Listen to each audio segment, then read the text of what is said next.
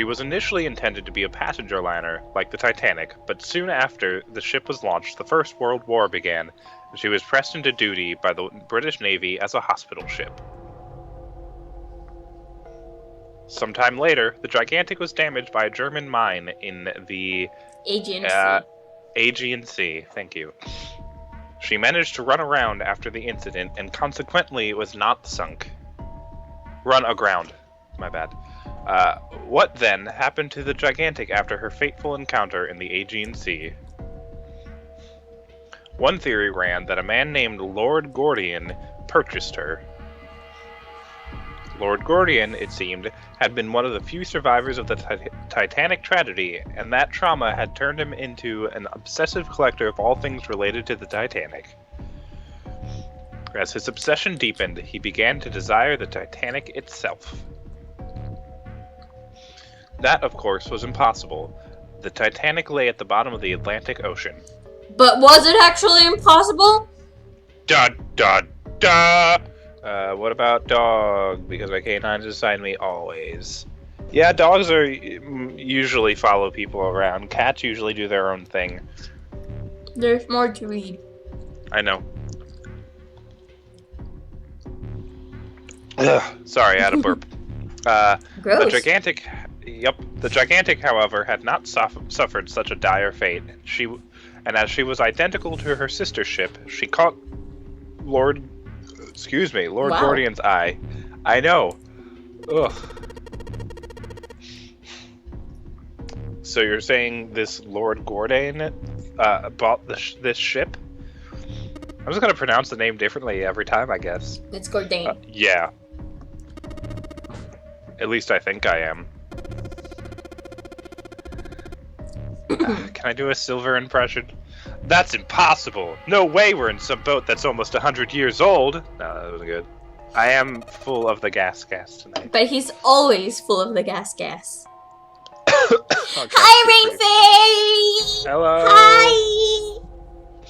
She's the, she? I think? Sorry. They are the person from Proton John's chat that is also a nerd fighter. Nice. Welcome. Sorry, I am excited about nerd fighters. Just excited, especially if they're into video games like I am.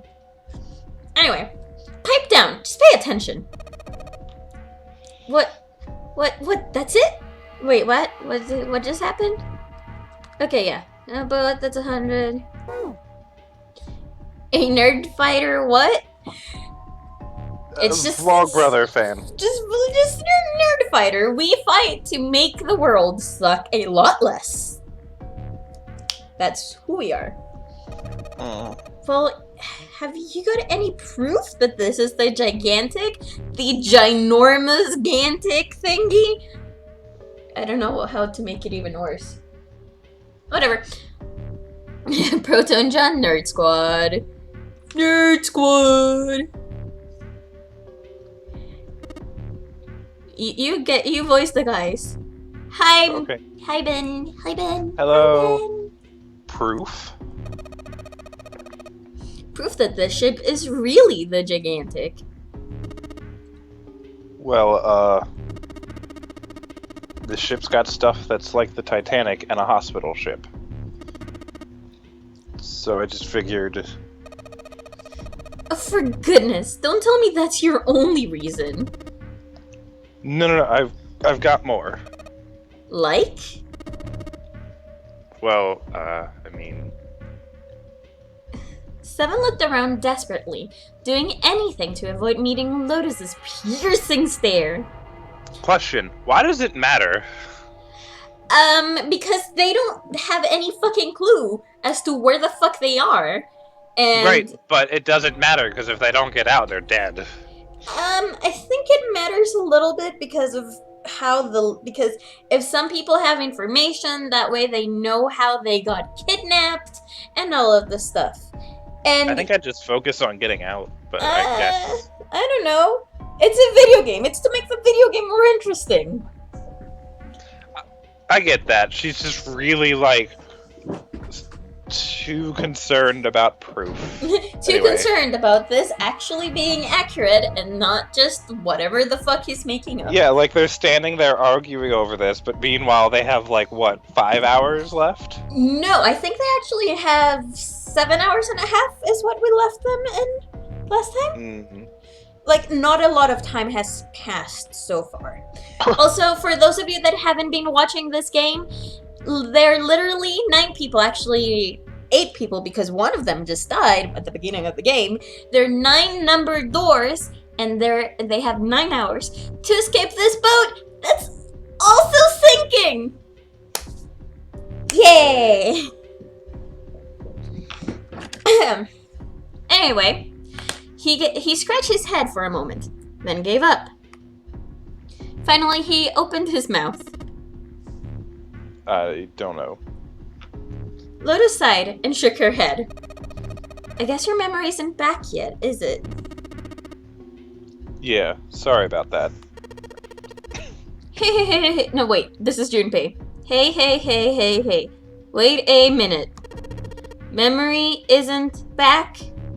Junpei was, he felt, legitimately shocked by what seemed to be new and very important information. So Spook, Phoenix Wright plus Dangan, Roundpot. Brilliant. Basically. Yeah. Everyone else, however, seemed unimpressed. Everyone told each other, but Junpei didn't know shit. In fact, they all looked at Junpei as though he had said something very strange, because everyone knew. He decided to revise his attitude for the next question. Wait, was I the only one that didn't know? Everyone nodded. Why? Oh, yeah, I guess I didn't tell you, huh? I told the rest of them before we ran into you on the stairs. I told them I couldn't remember a damn thing from before I woke up. What? Then, almost as if to save Junpei from further embarrassment,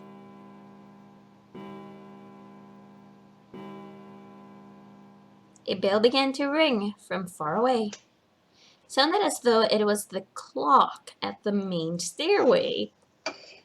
Junpei counted each chime carefully.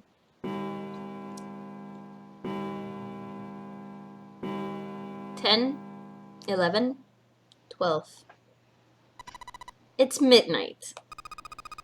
Then we've still got 6 hours left. We don't have any time to screw around. Let's get going. We gotta find the missing parts for the Reds. What do you mean, find? How on earth do you propose we do that? We've looked everywhere in this room. That only leaves one place to look. One? Well, I guess that's not really right. Huh. Wait! Don't tell me we need to search all of the other rooms. Don't freak out. We already searched 4 of them. 4 rooms.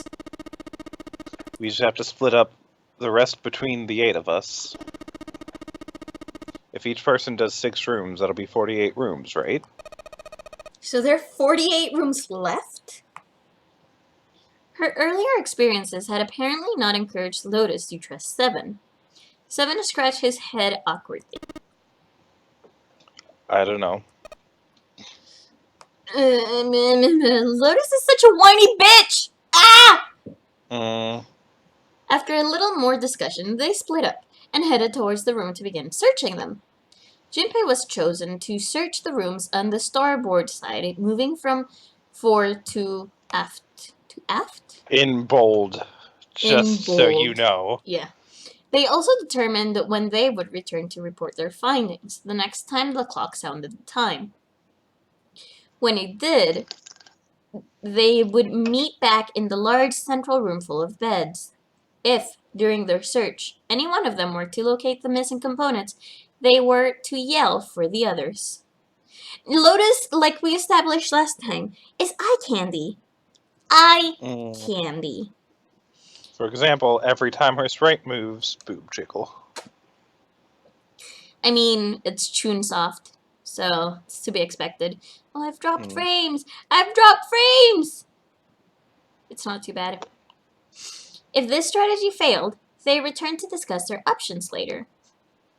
The details decided, they left to begin searching. Out into the hallway they went, each to the rooms they've been assigned. However,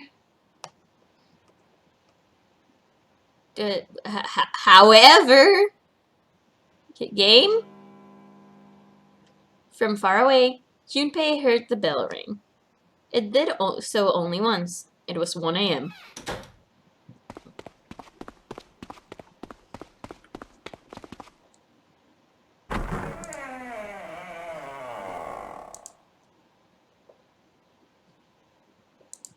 He jogged through the entrance of the large hospital room to find 6 of the others already there. Santa, Clover, June, Steven, and Lotus. They had gathered in front of the door number 8. Or perhaps, to be accurate, they gathered in front of the red next to door number 8. Had one of them found the missing piece? What happened, guys? It was June who answered him. Jumpy, look! She was pointing at the red. He pushed through the others until he stood in front of it. Immediately, he knew what she meant. The display in the front of the red read, vacant. Junpei sighed. Come on, guys. Who was it? I thought we were supposed to yell if we found it. Well...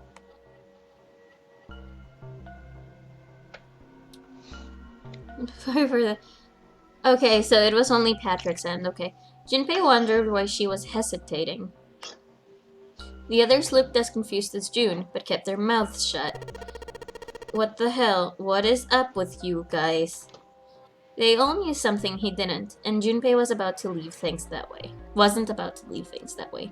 Finally, Lotus frowned and spoke. Well, that's the thing. We don't know. You don't know? When I got back, it was already like this. There was no one else here. That means I was the first one back, but the missing parts were already back in the red. Junpei looked at the bottom of the red again, just to make sure. The slot that had been open on the bottom was now covered with the metal. Clearly, whatever had been missing had been returned. What about the other 2? They're the same. Junpei quickly examined the other 2 boxes. Satisfied that they were also repaired, but still confused, he returned to the others. Alright, I just want to be sure here. Nobody has any idea what the hell happened here, right? Asenjin nodded silently. Seven raised his hands as if to say, not me. And Santa just shrugged, because he's an asshole. What happened was, they got into the room, discovered that the reds were broken. Zero was like, fuck, I knew I forgot something. And then just waited for them to leave and snuck in and fixed it. It makes sense. Only Clover lowered her head and did nothing. Huh? Wait a minute. That was when he noticed. Where's Snake? Snake is missing, guys! Junpei swept his eyes across the room a second time, but Snake was nowhere to be seen. Does that mean he found them? I can't read things because the image is kind of blurry right now. Oh, I've actually been dropping a lot of frames. So I think I'm just gonna stop this. I'm sorry, Ed. Thank you for reading so far. Yeah, so no problem. Thank you. Sorry, Thank you. it got all poop. Well, it's a lot. The thing is, a lot of people are at home, so I think that's what's happening. Yeah. Snurk. I have no idea. There's nothing to suggest it, but nothing to suggest he didn't either. I don't suppose we'll know until we can ask him in person. Well, whatever he did or didn't do, it's pretty damn late.